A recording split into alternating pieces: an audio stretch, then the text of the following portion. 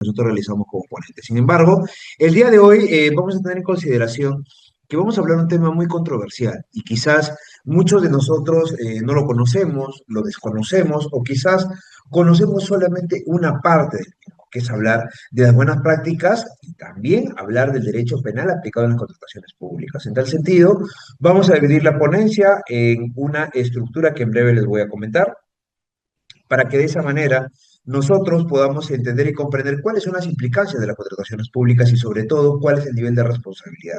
Porque hay que recordar que al tratarse de una contratación o una compra pública como tal, no necesariamente va a concluir únicamente en lo que establece pues la responsabilidad administrativa, sino también puede conllevar la responsabilidad penal. Y eso es lo que el día de hoy vamos a hacer mención, vamos a referir y sobre todo vamos a considerar. Porque nosotros hay que tener en cuenta que cuando hablamos de esta estructura como tal y decimos contratación pública, quizás nos vamos a enfocar única y exclusivamente en qué. Nos vamos a enfocar en lo que conlleva el ámbito administrativo. ¿Qué es lo que tiene el ámbito administrativo? El ámbito administrativo, como todos saben, responsabilidad solamente administrativa. Sin embargo, cuando hablamos ya de estructuras tales como el proceso como tal, cuando hablamos de dinero, cuando hablamos de estamentos, cuando hablamos de estructuras públicas, ya estamos enfocándonos de manera directa en el ámbito de responsabilidad. Es por ello que el día de hoy vamos a hacer mención de una manera directa respecto a las buenas prácticas y sobre todo a la estructura propia del derecho, en este caso derecho penal, aplicado en las contrataciones públicas. Vamos a poner diversos casos a fin de cada uno de ustedes pueda tener una idea de cómo se está desarrollando y de allí vamos a tener también una incidencia para poder comentar y sobre todo referir algunos casos que están sucediendo en la actualidad. ¿Ok? Sin preámbulos, vamos a dar inicio a la ponencia del día de hoy y empezaremos con las buenas prácticas del derecho penal aplicada a las contrataciones públicas. Como pueden observar, esto va a ser el sumario del día de hoy. Punto uno, lo que nosotros tenemos en mención es poder analizar la estructura propia de la corrupción en el derecho peruano. Luego vamos a hablar de los delitos que están enfocados de manera directa en la administración pública. También vamos a hablar sobre lo que es el concepto de funcionario público, concusión, colusión, malversación de fondos, cohecho, negociación incompatible, tráfico de influencias y enriquecimiento ilícito. Sin embargo, para poder desarrollar de esta manera y sobre todo tener una estructura de cómo se ha podido enfocar y cómo se ha podido desarrollar los lineamientos propios de la buena gestión pública o más aún de la estructura propia de lo que conlleva el ámbito de las buenas prácticas, pues lo primero que tenemos que referir es básicamente a lo que establece. En este caso, ha habido un listado que ha sido CONCAD de Ciudadanos al Día, la organización, conjuntamente con la Universidad Pacífico y la Escuela de Gestión Pública de Pacífico, donde comúnmente, anualmente, realizan un listado de buenas actividades o de buenas prácticas en la gestión pública. Tal es el caso, pues tenemos la categoría de compras eficientes, la comunicación pública efectiva, la consulta y participación ciudadana, la cooperación pública y privada, pero a nosotros, ¿qué es lo que nos importa o qué es lo que nos interesa? Lo que nos interesa cuando nosotros hablamos de esta estructura y sobre todo hay que hacer mención, y aquí vamos a hacer un hincapié brevemente, en el año 2005, pues el Ciudadanos, o en este caso la organización Ciudadanos al Día, organiza anualmente desde el año 2005, estamos hablando que hace 21 años, organiza el Premio de Buenas Prácticas a la Gestión Pública. Plataforma que es de reconocido prestigio, que permite identificar, documentar, reconocer, premiar y también difundir experiencias exitosas en el sector público, orientadas a poder brindar un servicio de calidad y sobre todo un servicio enfocado en la estructura propia de la nueva gestión pública. Entonces, ¿qué es lo que hacemos referencia con ello? ¿Cómo se da? ¿Cómo se desarrolla? ¿Cómo se ejecuta?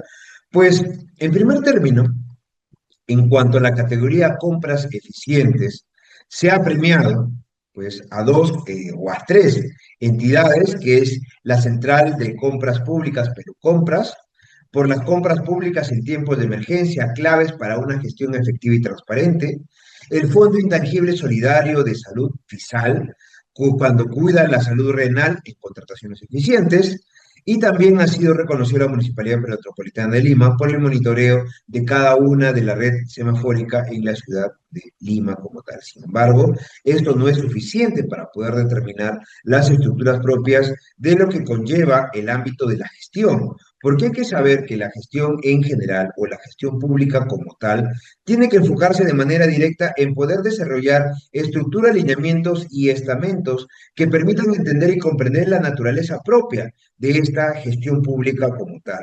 Es por ello que las buenas prácticas en contratación pública para el año 2025, es decir, para el año pasado, porque ahora pues estamos a postimería recién del año 2026, se centra en la adopción de una nueva ley general de contrataciones. Ya sabemos que es la ley 32069, que es vigente desde abril del año 2025, enfocándose en el valor por el dinero, la sostenibilidad, automatización, priorización de la planificación, la gestión de riesgos y la transparencia para mejorar la eficiencia en el gasto público.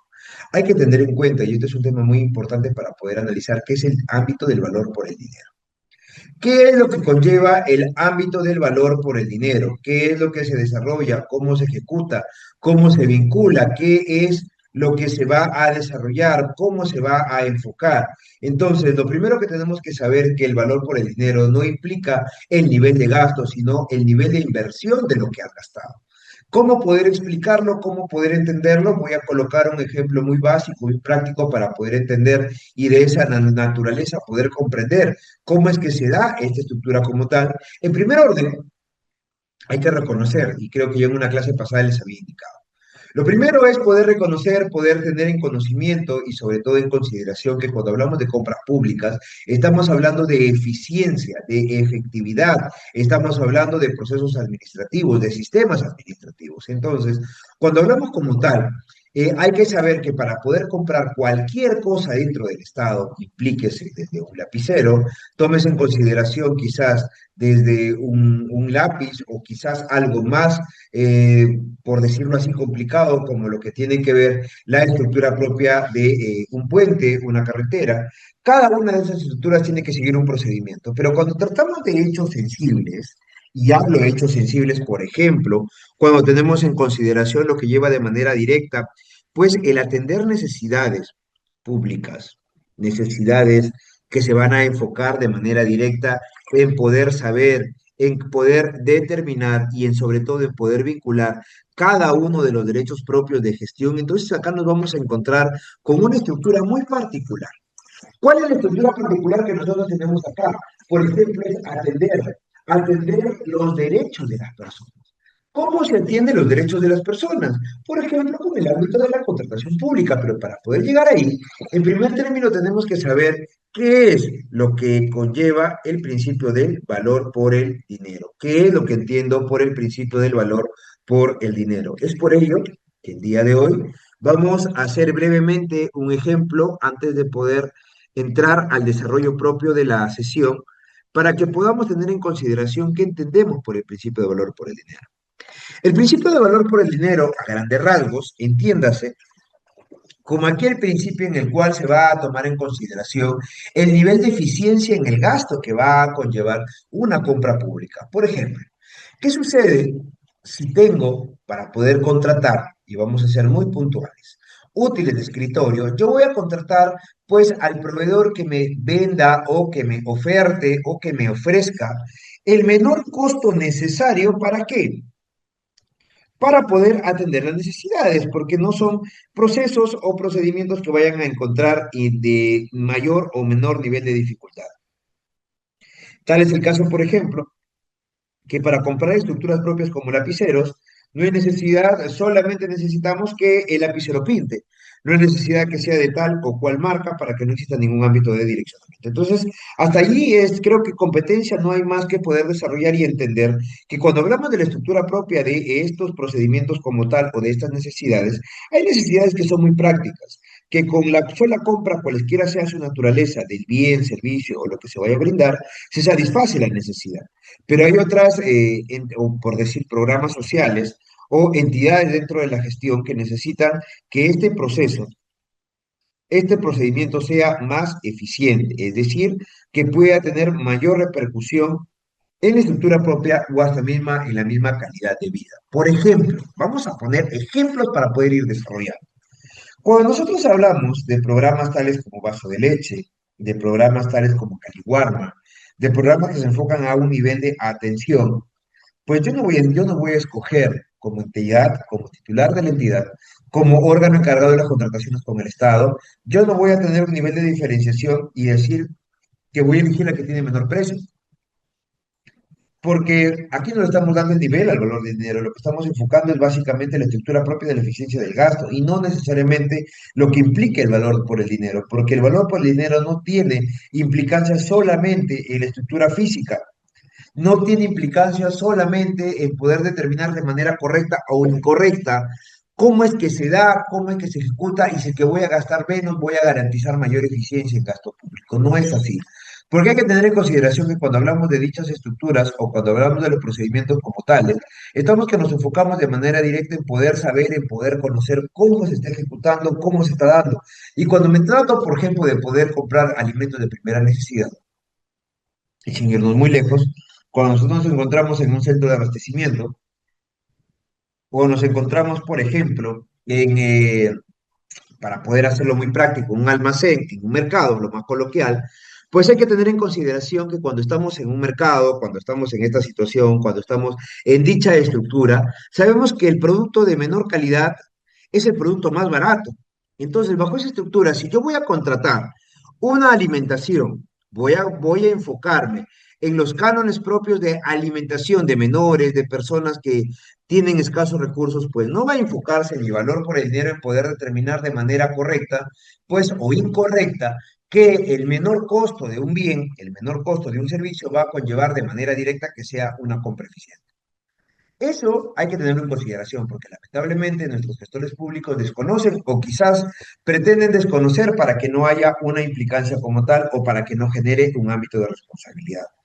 Hay que saber que la sobrevaloración o sobrevaloración, que claro está bien dicho, de algunos bienes, servicios y también algunas obras, depende de mucha manera de la estructura de cómo el órgano encargado de contrataciones con el Estado ha tomado en consideración las bases establecidas por el área usuaria. Si el área usuaria en su oportunidad ha tomado en consideración estructuras tales como lo que conlleva para poder determinar lineamientos específicos y este se han cumplido a cabalidad, pues estamos indicando que se ha cumplido con lo que está establecido en el ámbito de contrataciones con el Estado. Pero sin embargo, si es que nosotros empezamos a desarrollar dicha estructura o podemos entrar a poder determinar de manera correcta cómo, cuándo o en qué estamento se da, pues vamos a encontrarnos siempre con una pared que va a conllevar de manera directa que la eficiencia en el gasto no necesariamente va a garantizar un mayor o un mejor aprovechamiento del dinero, porque el dinero que tenemos en el ámbito de la gestión pública es un dinero público que es de todos y además para poder desarrollar dicha estructura tenemos que tener el conocimiento cómo poder desarrollarlo y qué lineamientos poder tener en consideración. Entonces, en el ámbito de la buena gestión pública, la adecuada gestión pública, la correcta administración pública, pues tenemos que tener en consideración que lo que tenemos que saber, conocer y sobre todo verificar es cómo se está dando, cómo se está ejecutando el nivel de gasto en las entidades, cuáles son los criterios que se están utilizando. Porque los que hemos trabajado en gestión sabemos, conocemos, que cuando hay un nivel de presupuesto y no lo quieres devolver a las arcas del Estado, al gobierno central, ¿qué es lo que vas a hacer? Vas a buscarla sin razón para poder desarrollar, para poder ampliar presupuesto, para poder proyectar el presupuesto, para poder seccionarlo, con la finalidad que al terminar el año fiscal, pues el alcalde, gobernador o quien viniese ya no tenga el presupuesto inicial que sí ha tenido. Es por ello que hay que saber y sobre todo conocer dónde nace el origen de dicha estructura. Pero así también como hay buenas prácticas en cuanto a la gestión, en cuanto a la eficiencia de gasto, en cuanto al ámbito de compras, en cuanto a la estructura propia de cómo se desarrollan los lineamientos propios de la entidad y sobre todo del sistema de abastecimiento, lo primero que tenemos que tener en consideración es saber qué es lo malo para poder saber qué es lo bueno. En este caso, vamos a empezar con lo que es la corrupción en el derecho peruano. La corrupción en el derecho peruano, conforme lo podemos apreciar, entiéndase como el mal uso del poder público o privado. para obtener un beneficio indebido, económico o ventaja directa o indirecta por agentes públicos, privados o ciudadanos, vulnerando los principios y deberes éticos, normas y derechos fundamentales. Si ustedes se dan cuenta, cuando se ha seleccionado, no se ha seleccionado de manera unilateral los conceptos que tienen ustedes en mención. Estamos hablando de un mal uso del poder, tanto en el ámbito público como privado, generando un beneficio individuo y vulnerando principios y deberes éticos en normas que están establecidos en normas o derechos fundamentales. Cuando hablamos del ámbito de corrupción, hay que tener en cuenta que la corrupción es mucho más allá de lo que establece los lineamientos propios y específicos de lo que conlleva el ámbito de la lucha por el poder. Porque quizás cuando nosotros hablamos de corrupción nos vamos a enfocar de alguna manera directa en saber cuántos presidentes, cuántos alcaldes, cuántos gobernadores regionales han sido corruptos. Sin embargo, hay que tener en consideración que el ámbito o la concepción propia de la corrupción, pues entiéndase como el mal uso del poder. Es decir, que yo tengo el poder de decisión, yo tengo el poder de mando, pero sin embargo, pues tengo a mis, por decir e indicarlo de esa manera, a mis trabajadores, a las personas que dependen de mi persona, que van a buscar o que obtenga un beneficio económico vulnerando principios y deberes tanto de la ética moderna, normas que están establecidos en la propia normatividad vigente y sobre todo derechos fundamentales. Lo que conlleva de alguna manera directa es que se pueda desarrollar, de que se pueda evidenciar y sobre todo considerar cuáles son los lineamientos para poder ejecutar las compras eficientes y cuáles son los lineamientos públicos o lineamientos generales para poder determinar el ámbito de la corrupción y sobre todo en la estructura propia de aparatos organizados de poder como lo que es el Estado. Hay que tener en cuenta que cuando nosotros hablamos de Estado, cuando nosotros hablamos del procedimiento como tal o cuando hablamos de estructuras tales para poder desarrollar los procesos y o procedimientos, tenemos que saber que la corrupción va a enfocarse o va a ir de la mano de manera directa con la estructura de cómo poder alcanzar el poder. ¿Cuáles son los lineamientos para poder llegar al poder y sobre todo qué criterios poder utilizar para poder destrabar o para poder indicar ya no queremos más corrupción o cuáles son los lineamientos para poder desarrollarlos como tal? Les indico, les digo ello porque básicamente nuestro país cada vez más está inmerso en hechos o actos de corrupción. Desde poder determinar de manera correcta en qué estamento poder tomar algún tipo de decisión, hasta poder saber que toman decisiones por nosotros en el ámbito del Congreso o en este ámbito de la estructura bicameral que va a conllevar de una manera directa que se pueda determinar y vulnerar más derechos de los que tenemos ahora. Entonces, si es que nosotros hablamos de la corrupción en general, si nosotros te decimos la corrupción es tal o cual, tenemos que saber que la corrupción es mucho más de lo que está establecido en el ámbito de la normatividad, en el ámbito de la doctrina o en el ámbito de la ejecución conforme se ha ido desarrollando. ¿Por qué?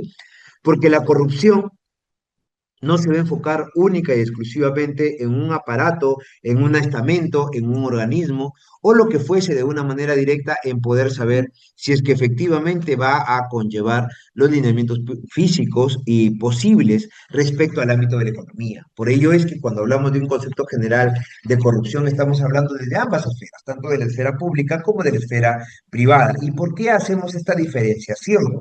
Porque hay que saber que también, que para que pueda desarrollarse los delitos de corrupción de funcionarios, necesariamente tiene que existir un extraño, debe existir una persona que está afuera del poder. ¿Y por qué? Porque esta persona que está fuera del poder va a ser la persona que va a dotar de procesos, procedimientos y que va a dotar a cada una de las personas para poder realizar el conocimiento y sobre todo para poder defraudar al Estado. Es por ello que cuando hablamos del término de corrupción tenemos que hablar en todos sus estamentos, en toda su estructura. ¿Para qué?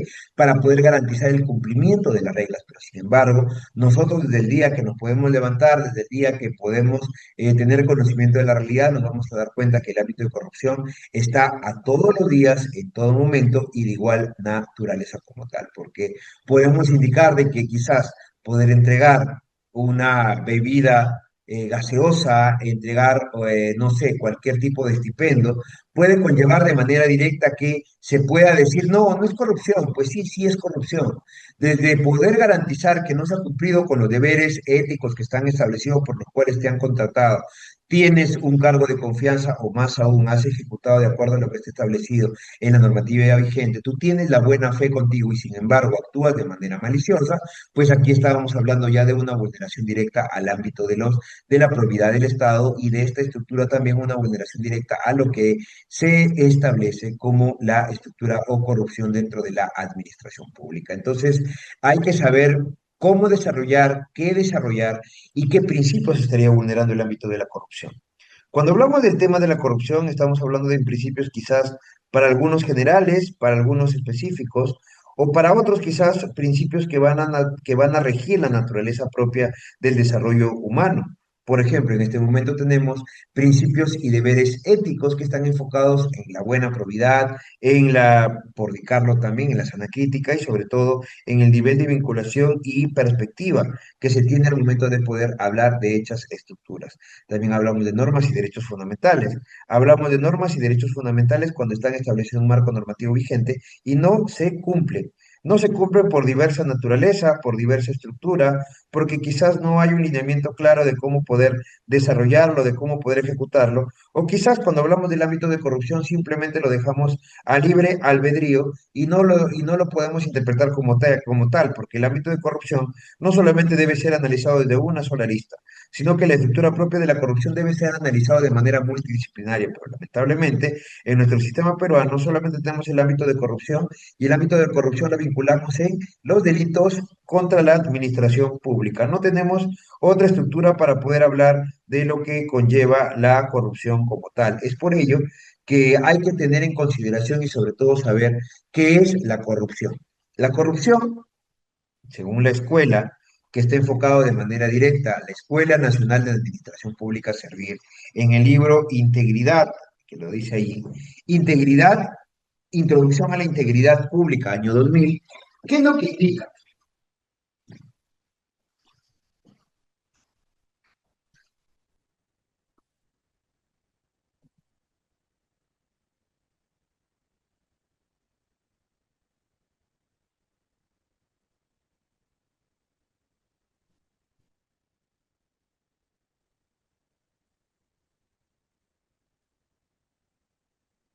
Indica que la corrupción es una acción externa, afectación, a ver, la corrupción es acción externa y afectación al ejercicio ético de la función pública. Es decir, que cuando hablamos del ámbito de corrupción, cuando hablamos de la estructura propia de la corrupción como tal, estamos enfocándonos de manera directa en poder saber, en poder conocer que es una acción externa que afecta el ejercicio ético de la función pública y se cruzan, ¿qué se cruzan ahí? ¿Qué es lo que establece? Dice que se cruza la línea de lo indebido y transita hacia lo ilegal. Esto es lo que nosotros tenemos como un ámbito de corrupción. Esto es lo que nosotros podemos concebir y es lo que establece en este caso la Escuela Nacional de Administración Pública Servir cuando hace mención a la estructura propia de la corrupción. La corrupción entiendas entonces como la acción externa como aquella acción externa que afecta el ejercicio, en este caso, ¿qué tipo de ejercicio? El ejercicio ético de la función pública. Por lo tanto, se cruza la línea del individuo y transita hacia lo ilegal. Las definiciones y elementos comunes cuando hablamos del ámbito de corrupción es, primero, que se orienta de manera directa al abuso del poder que se te ha encomendado. En esta estructura estamos hablando de quién? Estamos hablando de los funcionarios públicos, las personas que ostentan el poder. También tenemos que unos se benefician, hay un interés particular, no todos se benefician con el tema de la corrupción. Por ejemplo, ¿quiénes se benefician con el tema de la corrupción? Con el tema de la corrupción se benefician de manera directa algunas personas que están enfocadas, que no necesariamente son los que son los órganos ejecutivos, sino muchas veces son las personas que están enfocadas de manera directa en el involucramiento o en la toma de algunas decisiones y sobre todo en la estructura propia como lo que conlleva el extraneus, es decir, que la persona que no se encuentra, que no es funcionario público, pero que está a la vista y paciencia de las personas para poder tomar decisiones y poder defraudar al Estado. Y otros se perjudican, derechos afectados, normas, confianza en el Estado y sobre todo, si queremos ser un poco más específicos, estaríamos hablando también que se afecta a los ciudadanos como tal.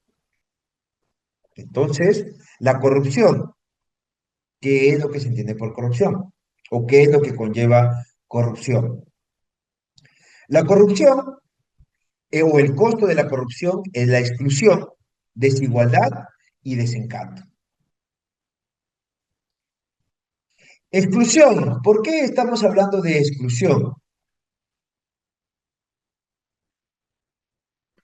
Estamos hablando de exclusión porque al momento de poder desarrollar estos lineamientos, al momento de hablar de corrupción, pues estamos limitando solamente a un grupo determinado de poder, a un grupo determinado de personas que se benefician con qué, que se benefician con los lineamientos, con lo que conlleva de manera directa poder saber, poder conocer o poder analizar la estructura propia de la corrupción. Más no todos se ven beneficiados, más no todos se ven implicados, porque cuando hablamos de la estructura propia de la corrupción, pues nos vamos a enfocar en esa estructura que se excluye, porque vincula, beneficia a algunos pocos y pues afecta a la gran mayoría. Eso es la estructura propia de la corrupción como tal en cuanto a la estructura propia de la exclusión. Desigualdad, claro que sí, porque cuando hablamos de la estructura propia del vínculo, del estamento propio de la corrupción, pues estamos hablando que existe pues una desigualdad, porque los que se benefician, los que son mayores beneficiarios con la estructura propia de la corrupción,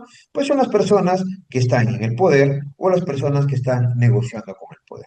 Y cuando hablamos de desencanto, pues lo que conlleva es lo que tenemos comúnmente en las urnas electorales, es que los ciudadanos ya no confían en el Estado.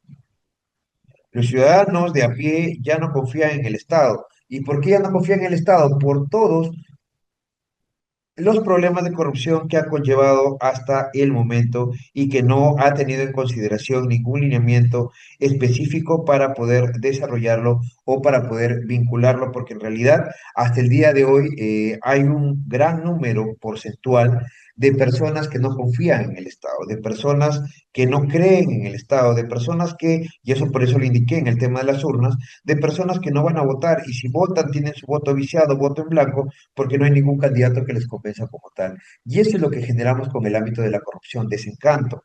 Generamos muchos lineamientos que va a conllevar que no tengamos en cuenta que cuando nosotros verdaderamente necesitamos poder ejecutar procesos, procedimientos como tales, pues nos encontremos en la vía para poder saber que estos lineamientos específicos que están conllevando de una manera directa la vulneración o en este caso la afectación a los derechos como tales, va a conllevar que no se desarrolle de una manera específica como tal. Sin embargo, la corrupción como fenómeno multidimensional tiene diversas miradas. Desde un primer término, tenemos una mirada económica. ¿Por qué hablamos de una mirada económica?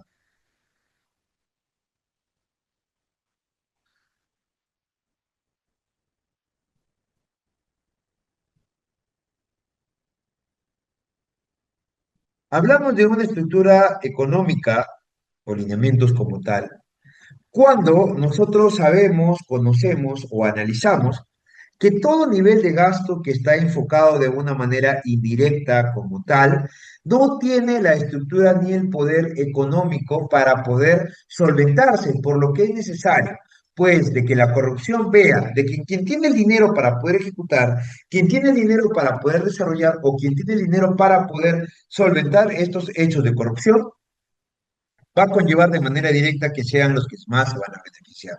Desde un punto de vista, vamos a indicarlo de manera directa.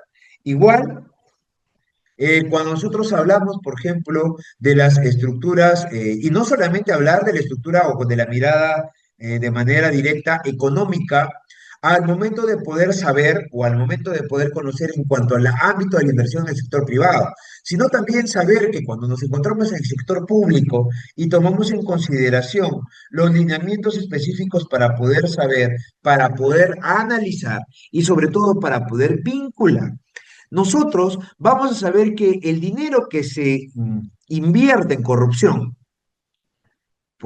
llamarlo de una manera muy particular, sale de nuestros propios bolsillos, sale de nuestros propios intereses, de nuestros propios créditos, de nuestros propios, por decirlo así, tributos que nosotros brindamos, porque es nuestro dinero, pero sin embargo, nosotros olvidamos que el dinero que nosotros tenemos en ese lineamiento específico, pues un dinero que nos va a servir y que nos vaya a limitar en la estructura propia como tal. También nosotros hay que tener en consideración que no solamente se habla del nivel económico, sino que se habla de muchas estructuras más. Por ejemplo, tenemos un fenómeno, el ámbito de la corrupción desde el nivel político.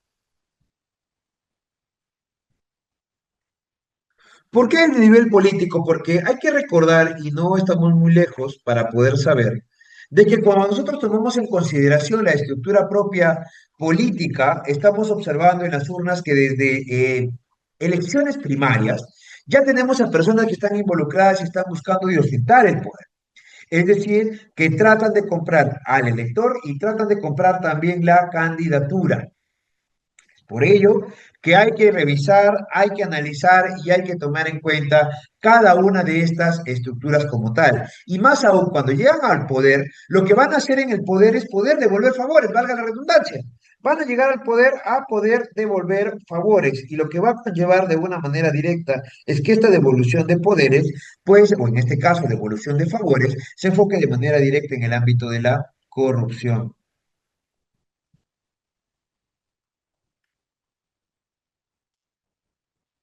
Entonces, también tenemos estructuras o el fenómeno de la corrupción en el nivel jurídico.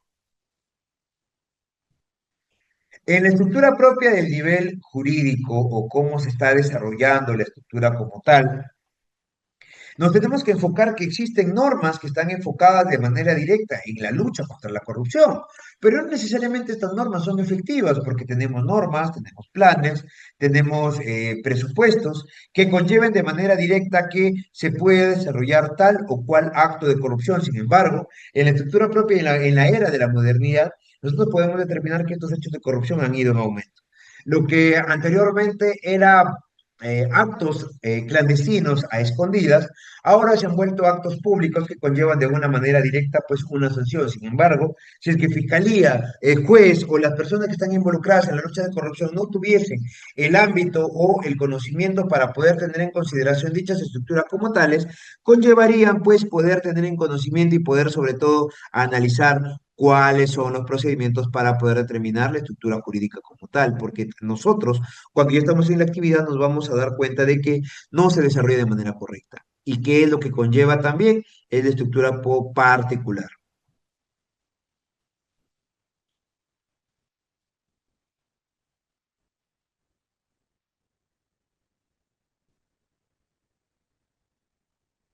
Cuando hablamos de una estructura particular, cuando nosotros hablamos también de la cultura, ¿ok? Porque el tema de la corrupción también es cultura. La corrupción también es un ámbito de que se transmite de generación en generación. Un minuto, por favor. Sí, un minuto.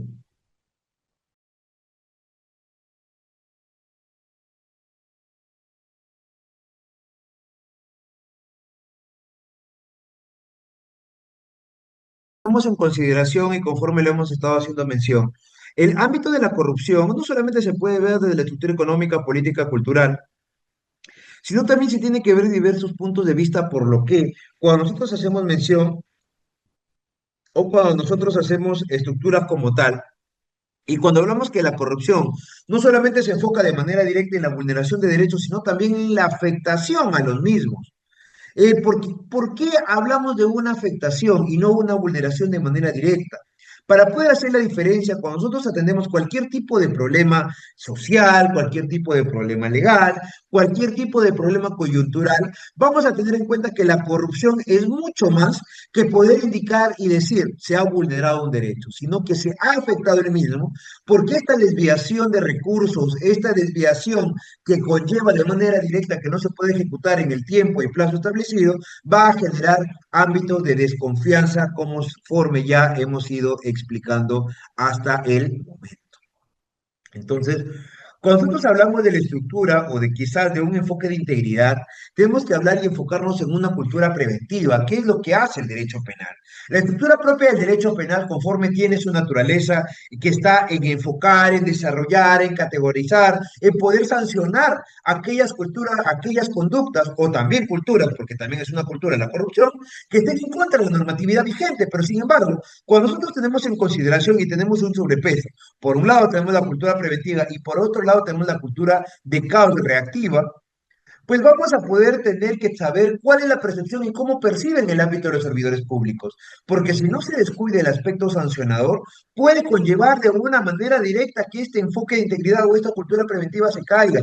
Porque hay que saber que la cultura preventiva está en poder hablar de una sanción penal, hablar de una sanción administrativa, hablar de un procedimiento civil. ¿Por qué? Porque lo que va a conllevar de una manera directa es la responsabilidad, una responsabilidad que va a tener el servidor y o funcionario público en el ámbito de esta estructura como tal. ¿Y cuál es su naturaleza? ¿Cuál es su vinculación? Básicamente que cuando hablamos de la estructura propia de corrupción o cuando hablamos de esta estructura propia del derecho penal, va a tener que conllevarse de manera directa el involucramiento, la toma de decisiones y sobre todo el nivel de cómo se ha enfocado el ámbito de corrupción, porque para algunos servidores y o funcionarios públicos, el ámbito de la corrupción es un pan y es un hecho de todos los días. ¿Por qué lo indico de una manera tan coloquial? Porque cuando hablamos de la estructura propia de la corrupción como tal, tenemos que saber que la corrupción entiéndase como un problema social, que muchas personas, servidores o funcionarios públicos, está bien, que para ellos es el común denominador que tenga que darse algún porcentaje de la obra, algún porcentaje del servicio, algún porcentaje de cualquier tipo de compra de bienes que haga en cuanto al ámbito de la sobrevaloración, y de esa estructura pues poder desarrollar los lineamientos como tal. Hay algunos lugares en nuestro país que el poder tener materias primas como, por ejemplo, para poder solventar concreto, para poder desarrollar gravilla, para poder o realizar el tema de la construcción de carreteras y o demás, tanto fierro y lo que fuese, el acceso al mismo es limitado. Hay lugares en nuestro país que para poder acceder al mismo, la única manera que tenemos es el ámbito de los ríos o el ámbito del aeropuerto, que es lo que sucede con Iquitos. Entonces, ¿qué es lo que va a conllevar? Va a conllevar de una manera directa que este hecho vaya en aumento.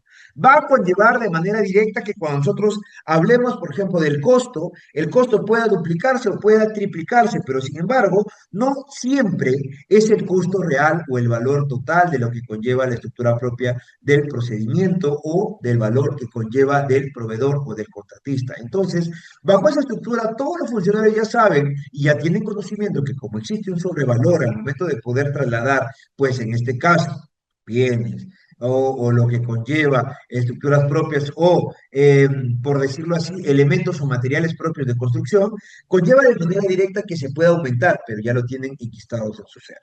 Hay personas que saben también de que el famoso diezmo se tiene que dar, pero no como carta fianza, sino para poder asegurar el ámbito de una contratación pública. Sin embargo, cuando nosotros hablamos del ámbito de corrupción, pensamos en términos limitados, pensamos sentirnos aislados, pero el ámbito de la corrupción en general tiene que conllevar que exista una vulneración, que no existe una vulneración, o que si le va a existir una vulneración de las estructuras propias de la administración pública, conlleve pues una sanción respectiva. Y si la corrupción es un ámbito para poder también, en la base de la estructura propia de la integridad, o en este caso de la cultura preventiva, poder ejecutar, hacer que las personas no se ejecuten de acuerdo a cómo están desarrolladas y poder romper, poder fracturar estos lineamientos que conllevan el procedimiento como tal, pues hay que saberlo, hay que considerarlo y hay que tomarlo en cuenta, porque en realidad cuando nosotros tomamos en cuenta ello, pues vamos a verificar que los lineamientos que conllevan el ámbito de corrupción o la estructura propia de los lineamientos específicos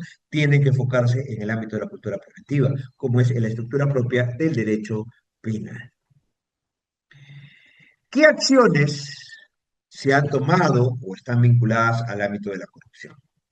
Como se les indicó, en primer término tenemos la estructura propia del derecho penal, que es una cultura preventiva, enfocada de manera directa en los delitos que son de corrupción de funcionarios, que están tipificados pues en la estructura propia de los ilícitos de corrupción, faltas administrativas que están debidamente reguladas o que están sancionadas y que están vinculadas también a delitos de corrupción. Hay algunas faltas administrativas que quizás pueden ser leves, que también pueden ser bien analizadas por el ámbito, en este caso, del derecho penal, como es el ámbito de la corrupción de funcionarios. En este caso estamos hablando tanto del peculado como de la concusión. Acá no voy a hacer mucha incidencia, porque más adelante vamos a referir cada uno de estos delitos, tanto peculado, tanto concusión, tanto también el tema de colusión y otros delitos que vamos a hacer mención más adelante.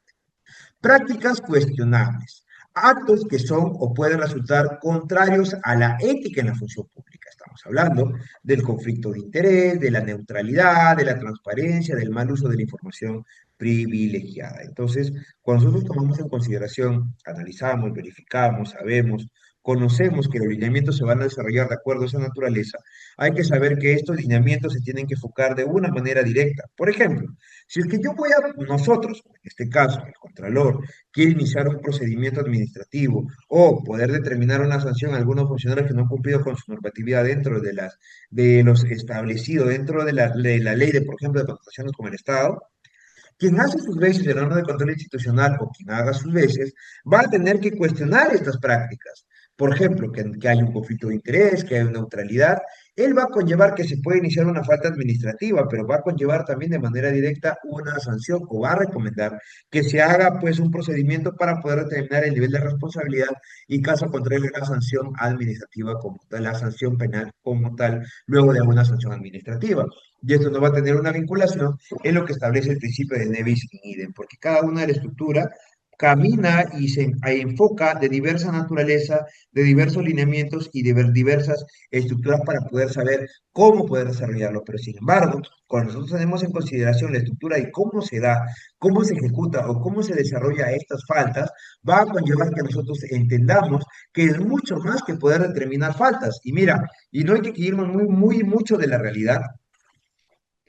Cuando nosotros sabemos que por más que un caso haya concluido con el archivo definitivo o con el archivo previsional de una causa, conlleve que en este caso el procurador público pueda determinar o pueda solicitar la reparación civil del mismo. Entonces, son elementos que te van a llevar o van a conllevar la corrupción, responsabilidad uno, administrativa, responsabilidad 2 penal y responsabilidad 3 civil. Son los ámbitos que va a conllevar la estructura propia de la corrupción como tal. En tal sentido, para poder garantizar una integridad pública, donde cada una de las personas involucradas pueda tomar decisiones o cada uno de ellos pueda saber, pueda coordinar, se tiene que existir una vinculación tripartita entre el sector público, sector privado y la ciudad. Cada uno de ellos con los lineamientos específicos que conlleva y más aún con la necesidad para poder revisar, para poder analizar, para poder cuestionar, tienen que poder tenerse en cuenta cuál es el nivel de participación. Tal es el caso que cuando hablamos, por ejemplo, del sector público, el sector público tiene que ver un nivel de vinculación, un nivel de proximidad y un nivel en este caso, aceptación también de las autoridades y de los servidores públicos. Hay que saber que en esta primera trilogía, cuando nosotros hablamos del sector público, estamos hablando de una vinculación y un involucramiento directo, tanto de las entidades públicas, autoridades y o servidores públicos. Pero hasta el día de hoy, en nuestro trabajo como funcionarios, en nuestro trabajo como abogados, o como cualesquiera sea la naturaleza en la cual nosotros nos encontramos laborando, conlleva de que para que se pueda ejecutar cualquier nivel de atención, siempre va a existir, o en su gran mayoría, la dádiva. ¿Por qué? Porque esta dádiva conlleva que tú comprometas a la otra persona que va a desarrollar lo que tú le estás solicitando. Y como esto ya se ha generado un ámbito de cultura común y corriente, conlleva de que se pueda desarrollar bajo esa estructura, pero por eso se necesita una reestructuración de este aparato, en este caso de la administración pública, para poder hablar de un ámbito de integridad. También hablamos de la estructura propia del sector privado, donde las empresas, gremios o medios de comunicación hagan una interrelación, una comunicación, una cofradía para poder desarrollar de manera correcta la estructura propia de la integridad, porque no solamente tenemos que saber qué es, sino también cómo poder aplicarlo. Y la estructura propia del sector privado va a conllevar, con los diversos entes y diversas aristas que tiene, poder aplicar de una manera directa el procedimiento como tal y poder sancionar de ser el caso o poder recomendar la sanción de acuerdo a cada nivel de vinculación. Luego la ciudadanía también tiene un rol o un papel importante en el ámbito de la integridad, porque la ciudadanía tiene que ser aquel ente veedor, aquel ente que va a conversar o que va a dialogar tanto con el sector privado como con el sector público, para que se pueda determinar de una manera fehaciente, eficiente, cómo poder involucrar, cómo poder desarrollar, cómo poder enfocarse y más aún, cómo poder garantizar un enfoque de integridad pública o integridad conforme se desarrolla en este apartado. Entonces, ¿qué entendemos por integridad? ¿Qué es la integridad como tal? ¿Qué hace mención la estructura propia de la integridad? ¿La integridad es buena? ¿La integridad es mala? ¿Cuáles son los lineamientos propios de la integridad? ¿Cómo se desarrolla? ¿Cómo se ejecuta? Estructuras que nosotros quizás cuando tomamos en consideración o cuando desarrollamos los lineamientos específicos para poder saber qué hacer, cómo poder desarrollarlo, cómo poder involucrarlo, pues nos vamos a encontrar en quizás, en un lineamiento donde no se pueda determinar de manera correcta, de manera diligente o de manera íntegra la estructura propia de la integridad como tal. Es por ello que la integridad es el posicionamiento consistente y la adhesión de valores éticos comunes, así como el conjunto de principios y normas destinadas a proteger y mantener, así también como priorizar el interés público sobre los intereses privados, de manera que el servidor civil use adecuadamente los fondos, recursos, activos y atribuciones de su función para el cumplimiento de cada uno de los objetivos del Estado.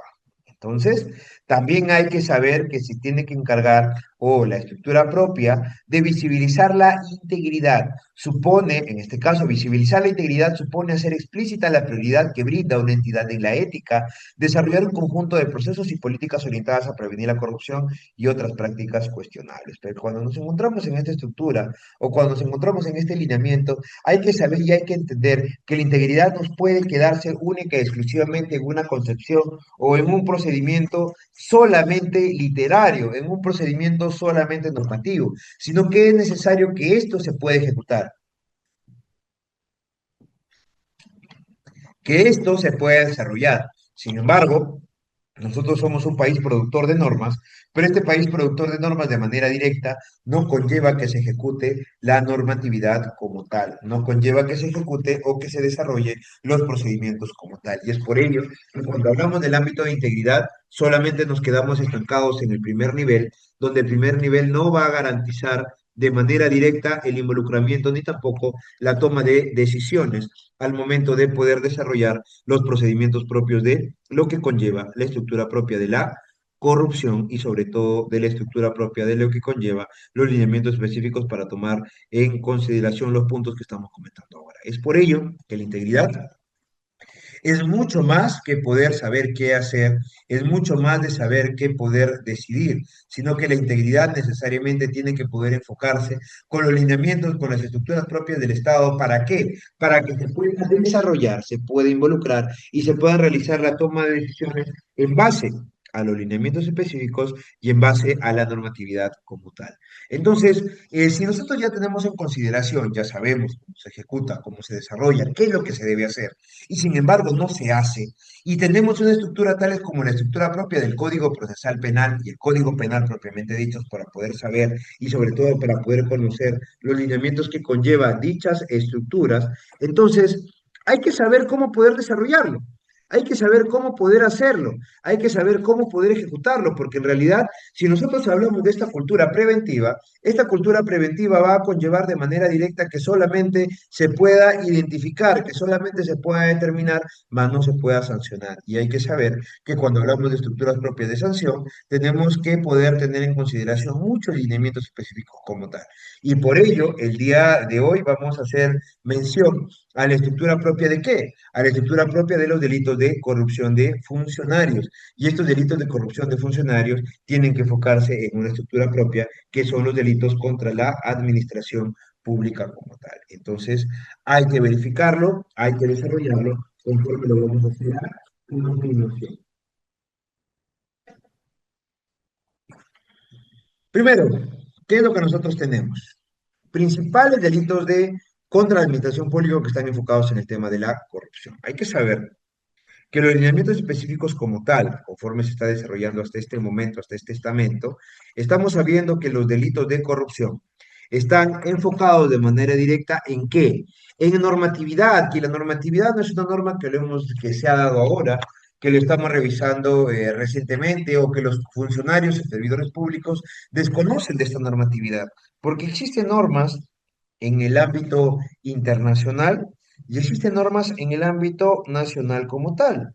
Por ejemplo, en el ámbito internacional tenemos la Convención Interamericana contra la Corrupción, tenemos la Convención de las Naciones Unidas contra la Corrupción, tenemos la Convención de Naciones Unidas contra la Delincuencia Organizada, transnacional y sus protocolos, tanto de la ONU, la Convención para combatir el cohecho, servidores públicos extranjeros, perdón, para combatir el cohecho de servidores públicos extranjeros en transacciones comerciales internacionales.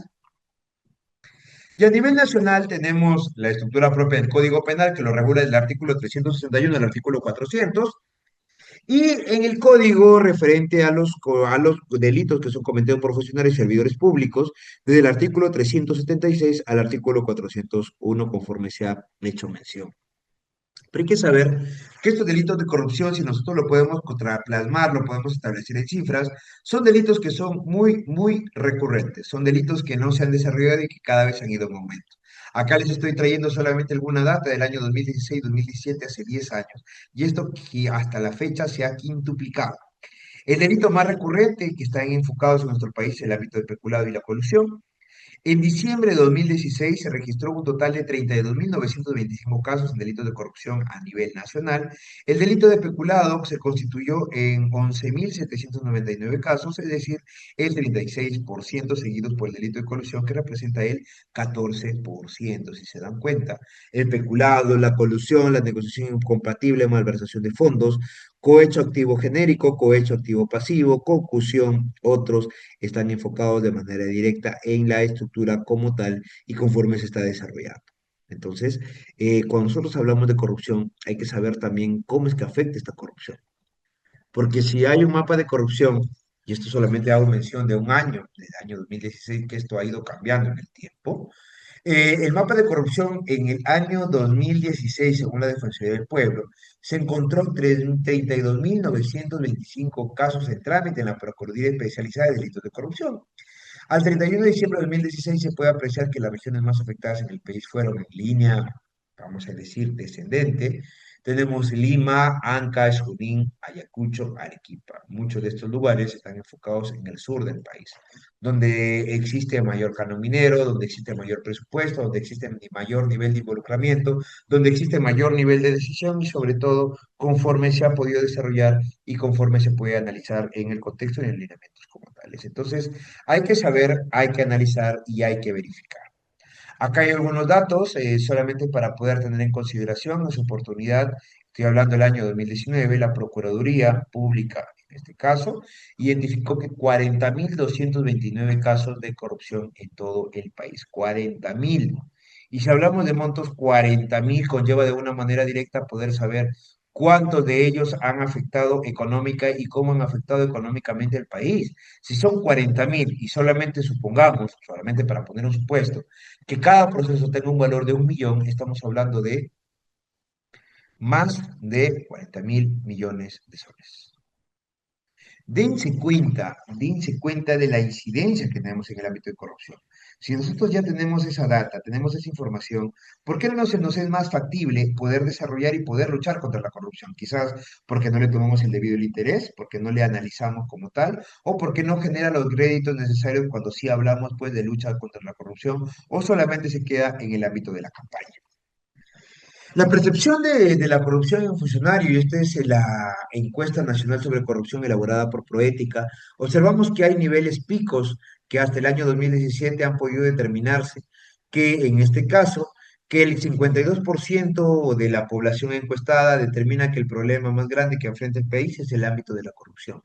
Y el 86% reconoce que la corrupción perjudica su vida cotidiana, indicando que reduce sus oportunidades y las de sus familiares para poder conseguir empleo, reduce la confianza en el Estado, perjudica la economía familiar, reduce la calidad de obras públicas desde la localidad y reduce la calidad de servicios públicos que ha recibido o que se han ejecutado como tal. Si se dan cuenta, cuando nosotros hablamos de esta estructura, cuando nosotros hablamos de dichos lineamientos, hay que tomar en consideración qué hacer, cómo hacer, qué vincularse, qué limitarse, y de esa manera puedes desarrollar los lineamientos específicos que conllevan el ámbito de la corrupción como tal. Hay organismos que están enfocados en el ámbito de la corrupción de funcionarios, sin embargo, pues en este ámbito todavía tenemos bastantes brechas para poder conllevar el ámbito de la corrupción y esto se conlleva de una manera directa y que recuerdo haber leído un informe de la Contraloría General de la República, donde indica que los delitos de corrupción funcionarios no se dan necesariamente por la desidia o por el interés de poder perjudicar al Estado, sino muchas veces que personal que no está preparado no cumple con la normatividad, no cumple con lo que está establecido en los reglamentos, en los procesos o procedimientos, y conlleva de una manera directa que ese hecho que parece en un primer momento lícito, se vuelve ilícito por no cumplir, por ejemplo, con algo tan básico como es integrar el tema de las bases. Entonces, a mayo de 2018, la Procuraduría Especializada en Delitos de Corrupción identificó que hay 44.225 casos que involucran a más de 2.059 autoridades y exfuncionarios. Habla de 205 gobernadores y exgobernadores y con un monto valor de, a ver si vemos de manera correcta, de 7.727.744.23 soles. Y los delitos con mayor incidencia, pues tienen el delito de peculado y el delito de colusión, siendo que el 58% de los casos relacionados a contrataciones en los gobiernos regionales y locales con empresas privadas, el mayor índice de actos delictivos se presenta durante los procesos de adquisición de bienes y servicios y sobre todo en la ejecución de las obras como tal. Entonces, un mismo patrón, coludirse con proveedores usualmente, en fase de actos preparatorios para lograr direccionamiento, otorgamiento de la buena pro y la sobrevaloración del monto de la inversión.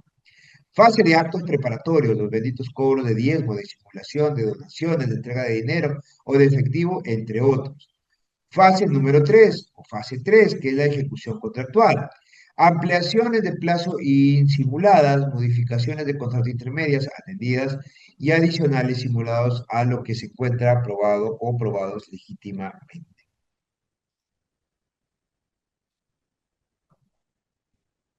Entonces, cuando nosotros tomamos en consideración, cuando nosotros sabemos o queremos determinar el ámbito de la corrupción en las contrataciones con el Estado, tenemos que en primer término saber hacia qué límite nosotros nos encontramos, qué es lo que nosotros vamos a desarrollar, cómo lo vamos a desarrollar y sobre todo cómo nos vamos a involucrar.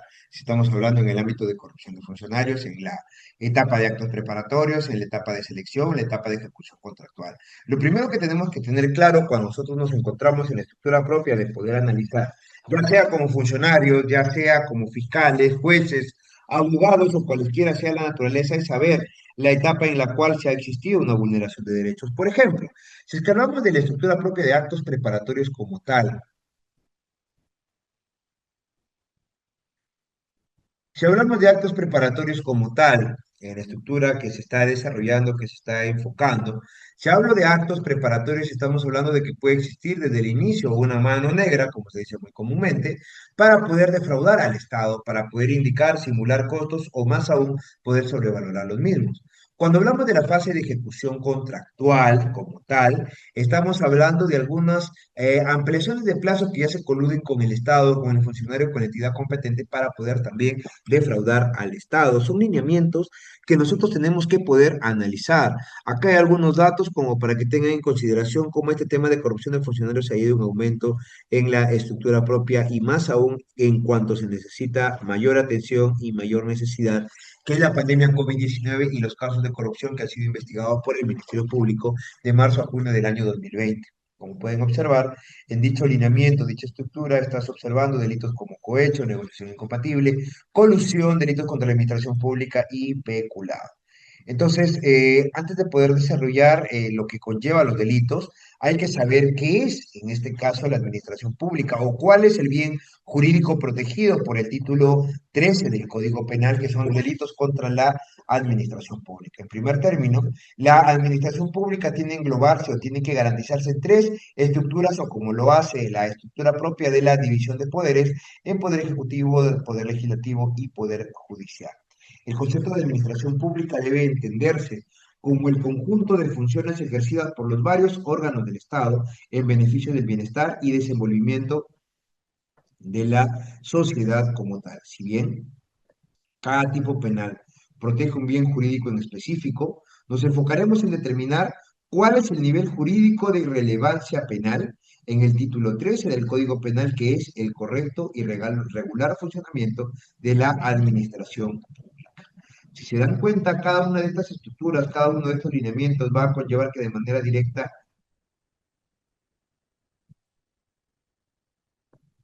ya tengas una aproximación de lo que nosotros entendemos por la estructura propia de lo que es corrupción o el ámbito de funcionarios como tal. Es por ello que cuando hablamos de la correcta administración pública sabemos que existe una persona que va a estar a cargo del ámbito de la corrupción. Tenemos una persona que va a estar a cargo de cómo poder desarrollarse, de cómo poder ejecutarse, qué hacer, qué no hacer y conforme pues poder determinar un correcto y regular funcionamiento de qué, de la administración pública como tal. Pero también hay que tomar en cuenta y hay que tener cuál es el concepto del funcionario público. Según lo que establece el artículo que está enfocado de manera directa en el Código Penal, en el artículo 425 del Código Penal indica los que están comprendidos, ¿quiénes son funcionarios públicos para el derecho penal? Todos aquellos que están comprendidos en la carrera administrativa, aquellos que tienen cargos políticos o de confianza, incluso si emanan de elección popular, es decir, todas las personas que están involucradas, todo aquel que independientemente del régimen laboral en el que se encuentre mantiene vínculo laboral o contractual de cualquier naturaleza con entidades u organismos del Estado, incluidas las empresas del Estado, sociedades de economía mixta comprendidas en actividad empresarial del Estado y que en virtud de ello ejercen funciones en dichas entidades u organismos. ¿Quiénes más? Los administradores, depositarios de caudales embargados o depositados por autoridad competente, aunque permanezcan a particulares, los miembros de las Fuerzas Armadas y Policía Nacional, los designados o elegidos o proclamados por autoridad competente para desempeñar actividades y funciones en nombre o al servicio del Estado o sus entidades, y los demás indicados por la Constitución Política del Perú y la ley específica. Entonces, si se dan cuenta,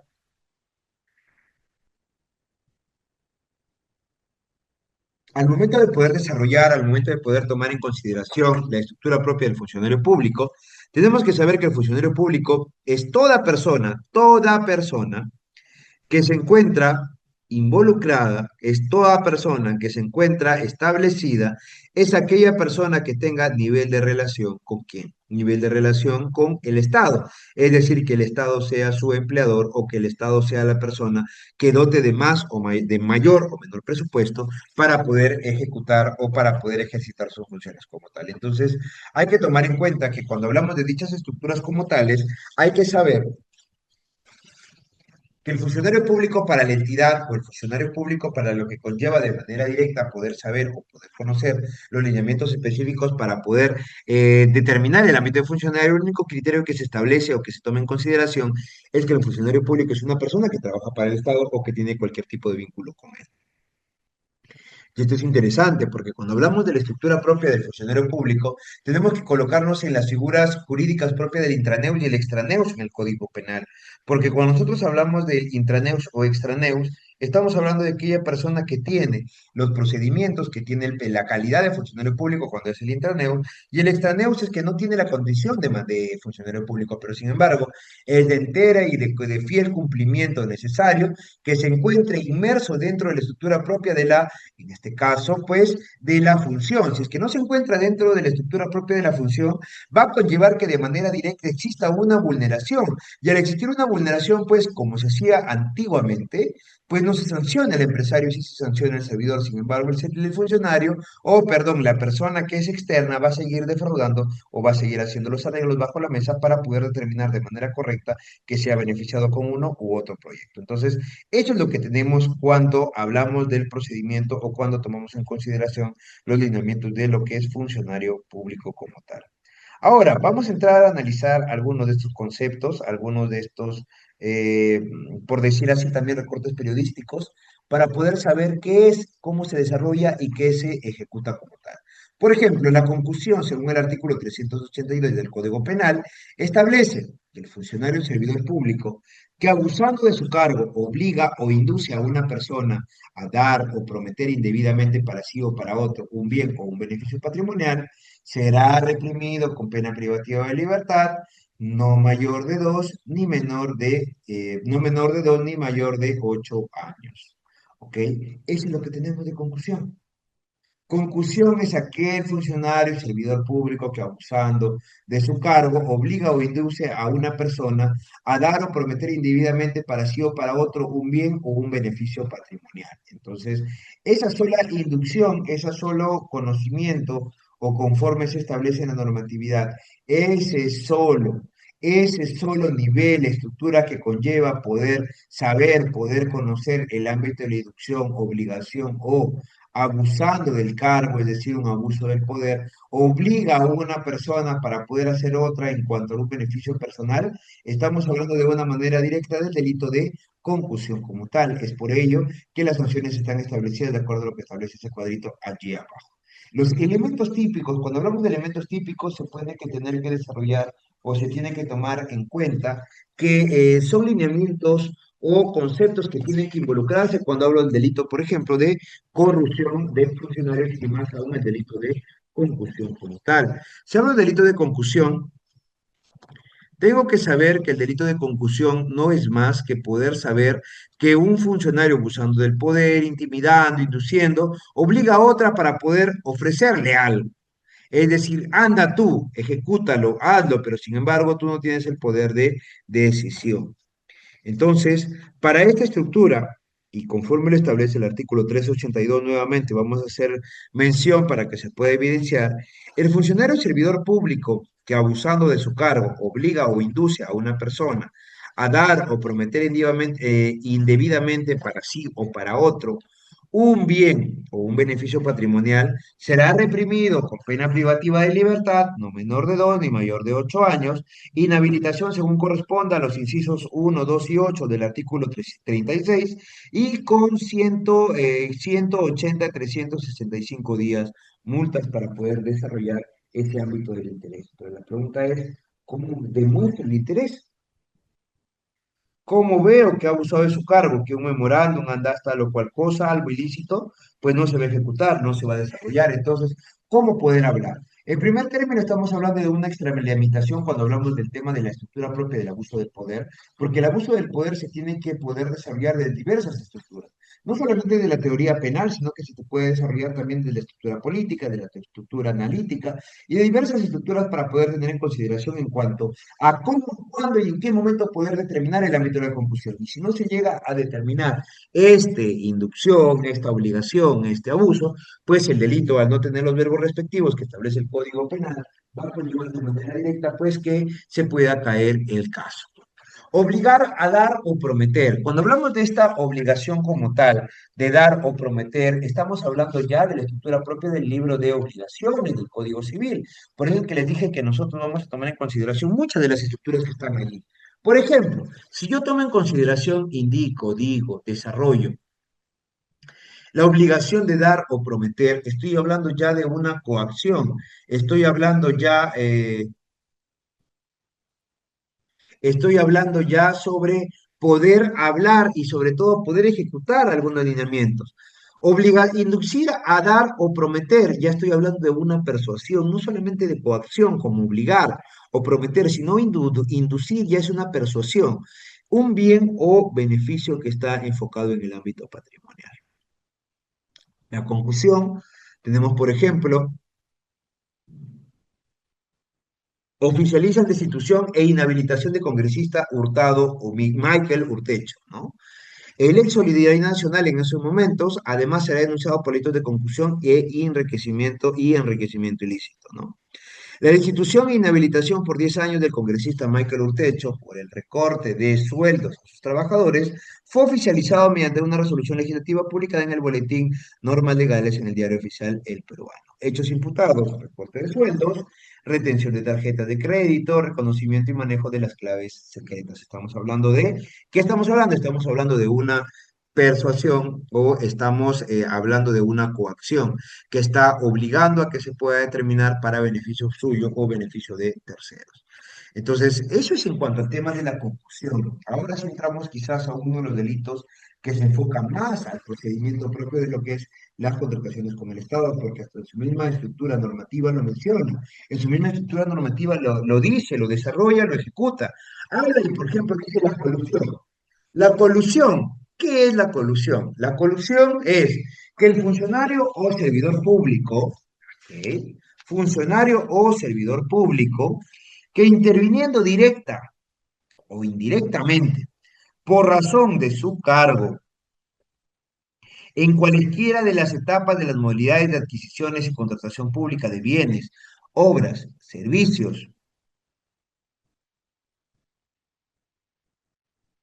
concesiones o cualquier operación a cargo del Estado, concierta con los interesados para poder defraudar al mismo, o la entidad u organismos del Estado, según la ley, será reprimido con pena privativa de libertad, no menor de 3 ni mayor de 6 años. Colusión simple, estamos hablando, donde una persona genera un acuerdo para poder defraudar al Estado y sin embargo, ello tiene que causar un perjuicio económico. Si causase un perjuicio económico, ya estamos hablando de qué? De la colusión agravada como tal. Porque estamos hablando de una defraudación patrimonial al Estado. Entonces, si es que hay un nivel de lineamiento y hay un nivel de vinculación para poder saber sobre cómo poder llevar a cabo el delito, en este caso, la estructura propia de la colusión, primero tenemos que determinar de manera correcta o incorrecta, o de acuerdo a cualesquiera sea ser nuestra naturaleza, el nivel del acuerdo colusorio. Cuando hablo de acuerdo colusorio, cómo se ejecuta, cómo se desarrolla el acuerdo colusorio como tal. ¿Y por qué indico el acuerdo colusorio? Porque hay que saber que el acuerdo colusorio va a conllevar de manera directa que se involucre, que se desarrolle, que se diga o que se ejecute como tal, para poder limitar y sobre todo para poder demostrar, y eso ya es labor propia de la Fiscalía, que ha existido un acuerdo.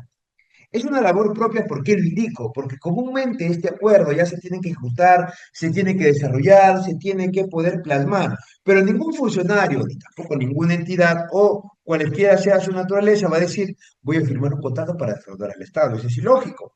Entonces, ¿cómo yo determino, cómo analizo, cómo ejecuto o cómo vinculo lineamientos específicos para poder saber hacia dónde poder desarrollar con la estructura propia de la colusión como tal? ¿Cuáles son los límites? ¿Cómo se ejecutan? ¿Cómo se desarrollan? Lamentablemente, la técnica legislativa que tienen estos delitos conlleva que un sinnúmero de personas que han ingresado a los establecimientos penitenciarios o que han desarrollado estructuras como tal puedan ser liberados por una incorrecta pues tipificación del delito como tal. Entonces, hay que tener en cuenta que es delicado pues poder jugar con la vida de una persona o con la libertad de otra. Es por ello que cuando hablamos de la estructura propia de la colusión, conlleva de manera directa que esta colusión va a poder desarrollarse, va a poder involucrarse y más aún, va a poder enfocarse siempre y cuando haya un acuerdo colusorio. Si no hay este acuerdo, pacto colusorio, ese delito va a pretender a poder caerse. Pero no únicamente estamos hablando de una defraudación económica o una defraudación patrimonial, o estamos hablando de una defraudación que se realiza con cual o tal elemento, sino que estamos hablando que esta defraudación viene debidamente estructurada y viene desarrollada desarrollada con la finalidad de poder involucrar y con la finalidad de poder realizar una adecuada toma de decisión. Y cuando nosotros hablamos, por ejemplo, ya de la colusión agravada, estamos enfocados en una estructura propia de que se va a defraudar patrimonialmente al Estado. Es decir, que la colusión abarca cualquier tipo de estructura, cualquier tipo de alineamiento. Si en la colusión yo puedo determinar que hay un acuerdo colusorio con la aplicación, en este caso, de la prueba indiciaria, para poder saber cómo poder desarrollarlo, cómo poder ejecutarlo. Pero sin embargo, si es que tomo en consideración los lineamientos, tomo en consideración las expectativas, o tome en consideración los puntos que ha conllevado y no determino de manera correcta pues el acuerdo colusorio, cuándo se ha llevado, en qué lugar se ha hecho, lamentablemente pues vamos a tener a casos quizás de impunidad o a casos donde verdaderamente no existe un nivel de responsabilidad. Entonces, esa es la diferencia para poder hacerlo. Cuando hablamos de intervención por razón de su cargo, estamos hablando de aquellos que tienen una vinculación funcional con operaciones o negociaciones o de forma directa con contratos públicos. El verbo rector que es defraudar es un producto, en este caso, de la concertación. Tengo que concertar, tengo que acordar, tengo que poder vincularme, tengo que poder analizar para poder defraudar al Estado. No porque de buenas a primeras voy a poder defraudar al Estado, va a conllevar de una manera directa que lo vaya a poder ejecutar. Pero ya les debo indicar de que cuando se encargan o se tratan delitos de corrupción o en el ámbito propiamente dicho de la corrupción de funcionarios, está bien, hay que saber cómo poder desarrollarlo, cómo poder ejecutarlo, cómo poder mencionarlo, pero sin embargo, hasta el momento aún existen algunos vacíos que no se llegan a reunir, ni mucho menos ejecutar, cuando nosotros estamos de forma directa en poder determinar este acuerdo colusorio, porque el concierto colusorio, alusorio, son eficaces en cualquier fase del proceso de contratación. Entonces, ejemplos, precios simulados, que son subvalorados o sobrevalorados, en la calidad anterior a la requerida, de consultorías idóneas y omisión de cotizaciones. Son lineamientos que pueden conllevar de manera directa que se está aplicando pues el procedimiento de lo que establece el artículo 158 del Código Penal referente a la incorporación de la prueba indiciaria en los delitos de corrupción de funcionarios, conforme lo estamos mencionando ahora. Pero sin embargo, esto aún queda limitado porque al momento de poder determinar o al momento de poder estar en el proceso judicial, es muy poco los abogados, o en este caso los fiscales, que conocen de corrupción de funcionarios. Implica que si saben o tienen conocimiento de corrupción de funcionarios, deben de conocer los delitos como tal. Y si conocen los delitos como tal, tienen que tener el conocimiento pleno para poder desarrollar de manera directa, pues, el procedimiento para poder saber en qué momento, en qué instancia se encuentra el acuerdo colusorio como tal, dónde se ha determinado el acuerdo colusorio. Yo recuerdo mucho un caso en particular donde ya se había agotado, por ejemplo, cada una de las etapas. La Contraloría recomendaba, seguía recomendando que se sancione, que se involucre, que se ejecute, que se haga, pero sin embargo, al momento de poder desarrollar, al momento de poder tomar en consideración, se puede dar cuenta que la estructura propia del este caso del acuerdo colusorio es muy difícil de probar. Muy difícil de probar. Y si los fiscales, jueces, están preparados para poder determinar de una forma correcta el ámbito de la prueba indiciaria, va a conllevar de manera directa que no se ejecute, no se sancione y se genere una cultura de impunidad. Entonces, esos lineamientos, esas estructuras, nosotros hay que tomarlo en consideración y no solamente saber o decir que existe una vulneración de derechos, sino que esta vulneración de derechos conlleva de manera directa que también existe un daño irreparable al Estado y este daño irreparable se puede determinar de acuerdo a lo que nosotros estamos estableciendo acá. En esta estructura, pues podemos hablar que es el ámbito de la colusión simple y la colusión agravada, donde en el ámbito de la colusión simple tenemos una pena privativa de libertad que va de 3 a 6 años propiamente dicho. Luego tenemos también de 180 a 365 días multa. En el ámbito de la colusión agravada, obviamente se agrava también la pena. Tenemos una pena privativa de libertad de 6 a 15 años. Y tenemos pues también de 365 a 730 días. Ambos con inhabilitación según lo que establece el artículo 36, inciso 1, 2 y 8, donde indica lo siguiente: privación del cargo o de función. Segundo, impedimentos para tener empleo de cargo público. Y tercero, privación de grados militares, policiales o títulos o honoríficos. Entonces, cuando nosotros hablamos de esta mención, cuando hablamos de estos lineamientos específicos en cuanto a la estructura propia de colusión, tenemos que saber muchas estructuras, muchos lineamientos para poder saber cómo poder ejecutarlo, cómo poder desarrollarlo, o más aún, cómo poder orientar el procedimiento de lo que es la colusión en este caso, de funcionarios como tal. Entonces, cuando hablamos de una colusión, en este caso simple y una colusión agravada, el único nivel de confrontación, y ahí faltaba de repente poder colocar un icono, es el ámbito del dinero. ¿Y por qué hablo del ámbito del dinero? Porque en el ámbito, por ejemplo, de la colusión agravada tiene que existir una defraudación patrimonial. Tiene que existir una estructura como tal, pero sin embargo, hay casaciones que han determinado de manera correcta que esa sola determinación no lo va a hacer el fiscal, porque el fiscal no tiene conocimiento de cómo se lleva a cabo el nivel presupuestal, es por ello que es necesario que se pueda involucrar y que se pueda hacer partícipe a las personas que están involucradas en el ámbito para poder determinar el nivel, el involucramiento y sobre todo la toma de decisiones en los procedimientos tales como están enfocados en la defraudación patrimonial del Estado, porque si nosotros hablamos en general y nosotros hablamos de manera muy particular de la estructura propia de la defraudación del Estado, de este acuerdo colusorio, tiene que poder enfocarse a poder determinar el daño. Si no lo hace, si no hay una pericia contable, si no se ejecuta como tal, pues va a conllevar que de manera directa exista vulneración o exista involucramiento de cada una de las personas que están desarrolladas que están siendo desarrolladas y tomadas en consideración bajo la estructura propia que establece los lineamientos específicos. Es por ello que cuando nosotros hacemos mención a dicha estructura como tal, o cuando nosotros indicamos, desarrollamos, verificamos y tenemos en cuenta los lineamientos específicos o conforme se ha ido involucrando o tomando las decisiones particulares, se tiene que tomar en cuenta que esta defraudación tiene que ser debidamente comprobada. Esta defraudación tiene que ser debidamente establecida, pero sin embargo, si no se ejecuta como tal, no se desarrolla, no hay una pericia contable sólida, entonces, ¿cómo voy a determinar que existe defraudación? Y varias veces esta ha sido la salida de muchísimos abogados, incluyéndome, cuando nos hemos encontrado, por ejemplo, en el ámbito de corrupción de funcionarios, y hemos estado en una discusión respecto a la estructura propia de fiscalía, de cómo poder saber, cómo poder conocer y cómo poder involucrarnos en la estructura propia de la corrupción. Sin embargo, si es que no determinamos de un momento claro, preciso, cuál es, cómo se desarrolla, qué se hace, dónde se ha hecho el acuerdo colusorio, conlleva de una manera directa que exista una vulneración, una limitación y pues una estructura que no va a conllevar la concusión de lo que establece el delito de colusión en cuanto a la defraudación patrimonial como tal.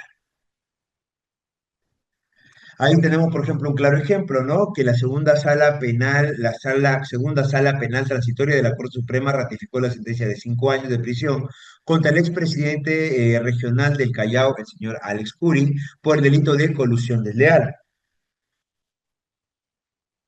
En agravio del Estado debido a que favoreció a la empresa Convial por unos 32 millones a través de contratos y adendas firmadas durante su gestión. Del mismo modo, la máxima instancia judicial del país ratificó la reparación civil de 26 millones que deberá pagar el ex gobernador.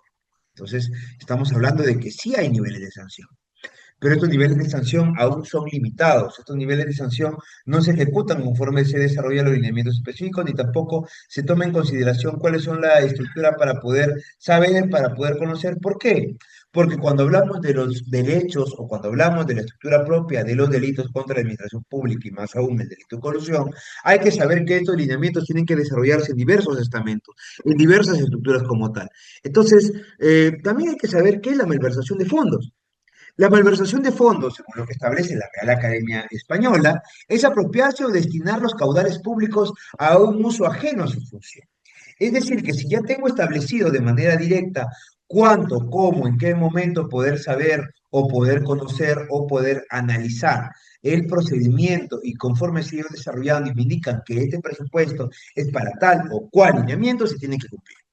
Si no lo hace, estaríamos haciendo una vulneración directa de los bienes esenciales propios del cargo, de ese nivel de garante, y se aplica de manera directa, pues, este ilícito penal. ¿Por qué? ¿Qué es lo que establece el ilícito penal? Indica y dice, el funcionario servidor público que da el dinero o bienes que administra una aplicación definitiva, diferente de aquella a las que están destinados afectando el servicio público de función encomendada, será sancionado con una pena privativa de libertad no menor de 1 año ni mayor de 4 años de prisión y 180 a 365 días. El agravante es cuando se trata de programas de ayuda social y también se trata también de una inhabilitación. Por lo tanto, hay que saber y hay que diferenciar. Cuando hablamos de una vinculación funcional, estamos hablando de carácter legal, por delegación, por mandato, por memorándum o por lo que fuese. Cuando hablamos de administración como tal, estamos hablando de que lo que establece de manera directa la administración de esta estructura como tal es la posición y facultad jurídica de disposición. Y si no lo cumples, pues estarías enfocado de manera directa en lo que establece en la estructura propia de malversación de fondos. Da la aplicación definitiva al diferente al que le corresponde.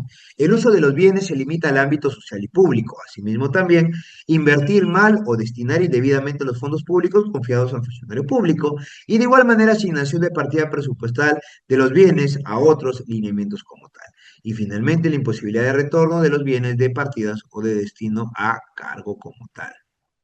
Entonces, ¿qué es lo que nosotros tenemos? Ya la jurisprudencia ha tenido algunos lineamientos para poder analizar, para poder verificar. Por ejemplo, se toma el dinero del programa de vaso de leche para pagar planilla de los trabajadores de la municipalidad. Se destinan fondos de empresas estatales para reflexionar locales del ministerio, afectando el normal funcionamiento de la empresa. Se desplaza el dinero del canon de petróleo destinó a obras de una región para paliar los efectos del desastre en Cusco sin realizar trámites respectivos. Si se dan cuenta, son lineamientos muy claros, lineamientos muy específicos que van a ayudar a entender cómo poder desarrollar, cómo poder analizar y cómo poder hablar de un tema de involucramiento entre la estructura propia de malversación de fondos. De igual manera, tenemos algunos datos a malversación de fondos por el AS en el año 2016 y luego entramos quizás a uno de los delitos que también es muy común y recurrente, que es la estructura propia del cohecho. Y cuando hablamos de la estructura propia del cohecho, estamos hablando de lineamientos específicos que van a conllevar de manera directa, pues, que se pueda hablar de un delito pluriofensivo. ¿Por qué estamos hablando de pluriofensivo y también plurisubjetivo?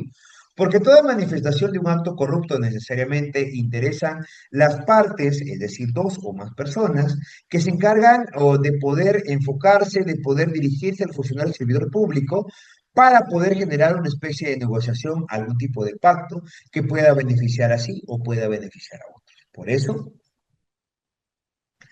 el funcionario puede hacer una acción u omisión en vulneración de sus deberes inherentes a su cargo funcional y también otorgar en merced a ello dádivas, premios, ventajas o cualquier otra índole para poder determinar de manera correcta la estructura propia del cohecho. El cohecho tenemos varias estructuras o varios lineamientos para poder revisarlos como tal. Tal es el hecho de que cuando nosotros hablamos, por ejemplo, del cohecho propiamente dicho, el cohecho menciona, hace, ejecuta, indica el cohecho pasivo propio, según el artículo 393 del Código Penal, que es un bien, o en este caso es un delito genérico, que es la persona a quien se sanciona, la persona que acepta, recibe o solicita, en violación de sus obligaciones. Por ello, la sanción es de 5 a 8 años. Es por eso que hablamos del cohecho pasivo propio. De igual manera, tenemos el cohecho pasivo impropio. ¿Cuándo es el cohecho pasivo impropio? El cohecho pasivo impropio se va a configurar cuando se dice lo siguiente. ¿Qué es lo que se dice en el cohecho pasivo impropio? Que también es un tipo penal genérico que acepta, recibe o se sanciona a quien acepta, a quien recibe o solicita. Son violaciones sin violación de sus obligaciones, porque no está dentro de sus obligaciones poder hacerlo, pero sin embargo lo ejecuta. La pena va de 4 a 6 años.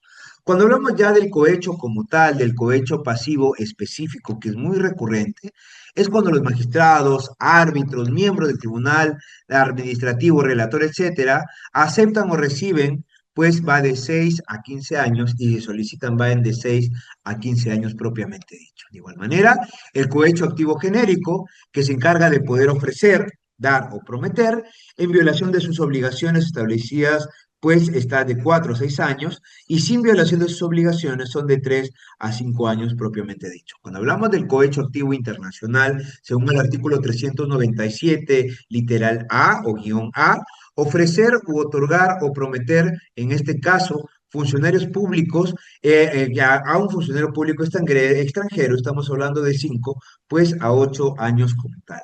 También nosotros podemos tomar en consideración que cuando hacen mención al cohecho activo específico, estamos enfocando que es aquella persona o qué es lo que se sanciona, aquellas personas que ofrecen, dan o prometen, y quiénes son las personas involucradas, magistrados, árbitros del tribunal arbitral, magistrados va de 5 a 8 años y los relatores similares de 4 a 8 años de forma específica. Entonces, hay casos de cohecho a nivel nacional, donde policías han pedido la famosa coima para no poder internar un establecimiento penitenciario, para poder saber qué hacer, para poder saber cómo se ha otorgado el tema de las dádivas, cómo es que esto sí ha tenido bastante efecto en cuanto a la estructura propia de la vinculación como tal, y cómo se ha podido determinar y se ha desarrollado dichos lineamientos específicos. También hay que tomar en consideración que cuando hablamos de delito de negociación incompatible, y quizás es uno de los delitos más recurrentes en la estructura propia de malversación o en la estructura propia de corrupción de funcionarios, tenemos que saber que según la estructura propia o la estructura legal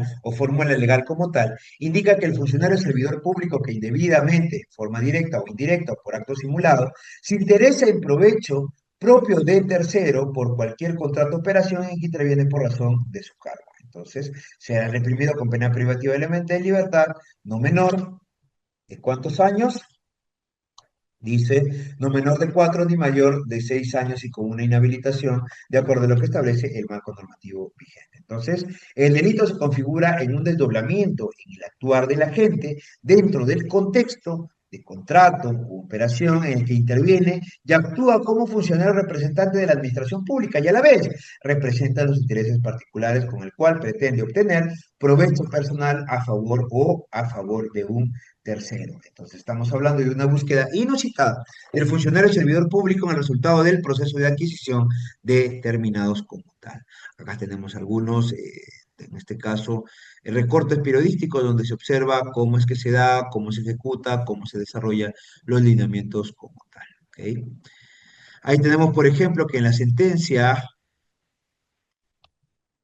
de casación número 237-2017-1 sobre el ámbito de negociación incompatible, recaída en el expediente número 029-002-29-2016, 11, dejen claro la tesis equivocada de la Fiscalía y el Juzgado de Primera y Segunda Instancia, que de no proceder, que no se debe entender que solo basta que el funcionario público se interese indebidamente en los actos administrativos, pese a que no logre ser parte del contrato u operación, para que éste se entienda consumado.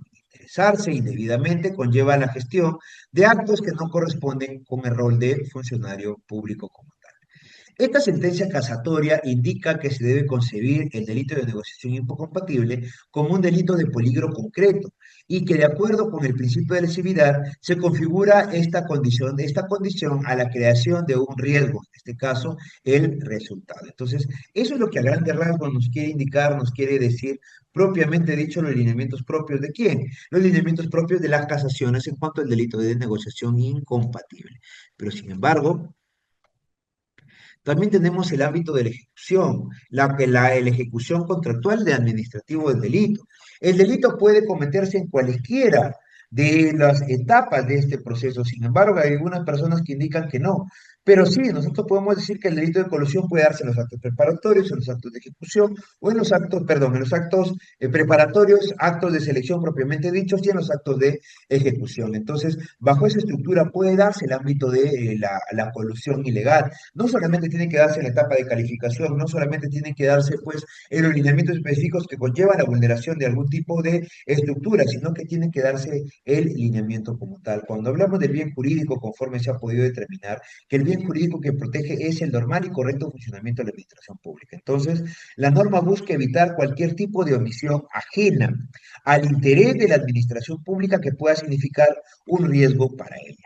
Entonces, y debido a que el tipo no exige un perjuicio efectivo para la administración pública, es decir, podemos hablar de un delito de peligro abstracto, se constituye un delito de peligro que importa un adelanto a las barreras de protección del derecho penal, con el objeto de prevenir que el funcionario servidor público atente contra el patrimonio estatal aprovechándose de su calidad de funcionario público. público. Debe precisarse además que el delito de acción compatible es un delito de peligro concreto.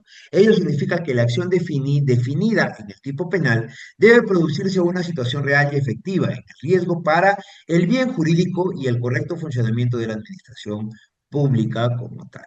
Entonces, tenemos también el tipo penal de tráfico de influencias, donde la persona, el funcionario, el que invocando, teniendo influencias reales o simuladas, recibe, hace, dar o promete para sí o para un tercero donativo o promesas de cualquier otra ventaja o beneficio en el ofrecimiento de intercambio, de interceder, perdón, ante un funcionario o servidor público que ha de conocer de este, conociendo o haya conocido un caso judicial o administrativo. Hay que saber, pues, la persona que dice, no, yo tengo los amigos, yo tengo la manera, yo puedo llegar, puedo solucionar, sin embargo, eso también es un delito. Y el agravante es si la gente es un funcionario o servidor público. La sanción va por el delito común de 4 a 6 años y con el agravante va de 4 a 8 años respectivamente.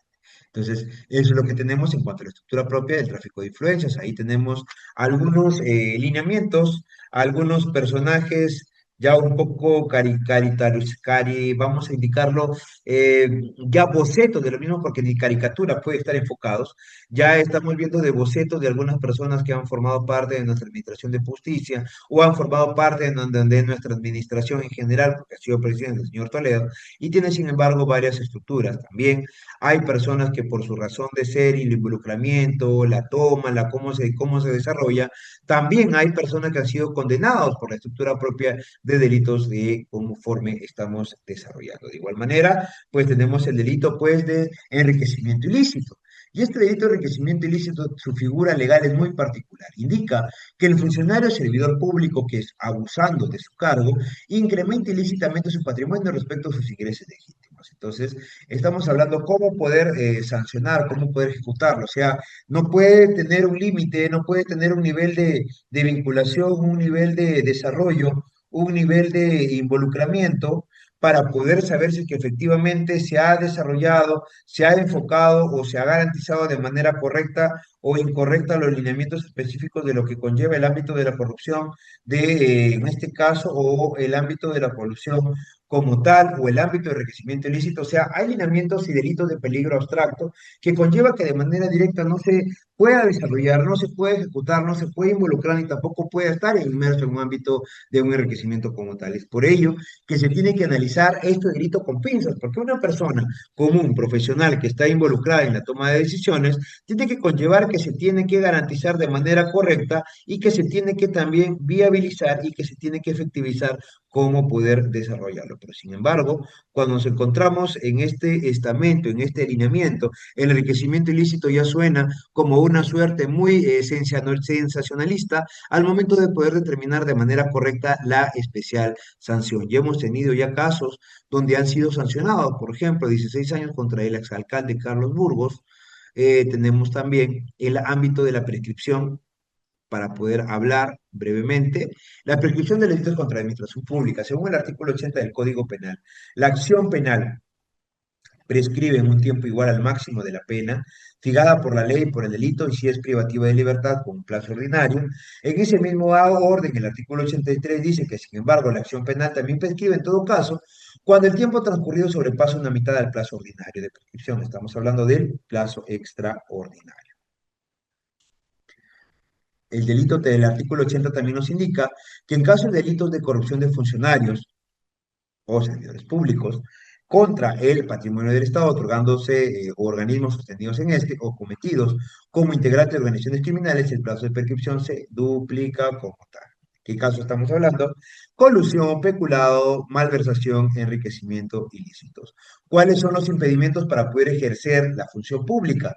Según el decreto legislativo 1243, 1295 y 1367, no pueden prestar servicios a favor del Estado bajo cualquier modalidad, en caso se encuentre bajo alguna modalidad o vinculación del Estado, este debe ser resuelta. condenada y consentida ejecutoriada, que están enfocados en el delito de lavado de activos, tráfico ilícito de drogas, financiamiento ilícito, peculado, peculado de uso, cohecho, malversación de fondos, concusión, colusión, negociación incompatible, tráfico de influencias y enriquecimiento ilícito. Y con eso hemos llegado a finalizar la ponencia. No me queda nada más que poder agradecerles por la atención brindada y si hay cualquier tipo de pregunta, yo encantado de poder atenderlos.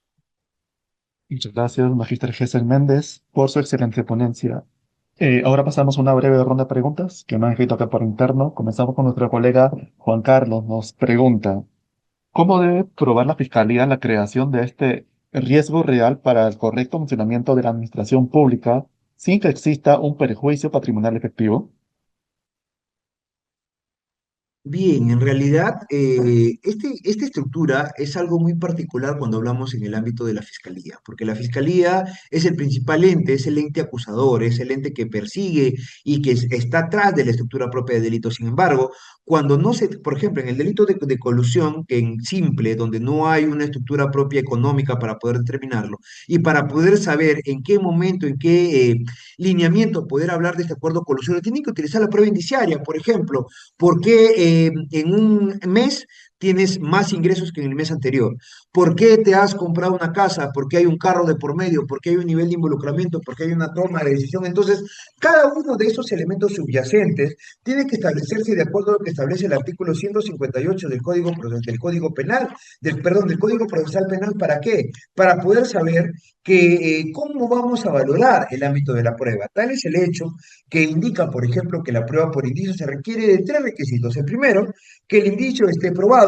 El segundo, que la inferencia esté basada en las reglas de la lógica y la ciencia o la experiencia. Y el tercero, que en cuanto se trate de indicios contingentes, estos sean plurales, concordantes y convergentes, así como que no se preste contradicción entre los mismos y sean consistentes. Entonces, la manera más directa para que Fiscalía pueda poder realizar una adecuada imputación y pueda determinar una adecuada investigación es que se pueda utilizar de manera correcta la prueba indiciaria, que a la fecha no he visto un fiscal de manera correcta que utilice esta prueba indiciaria.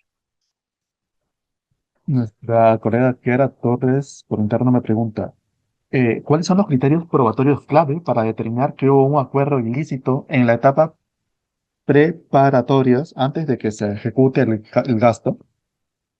Ya, muy bien.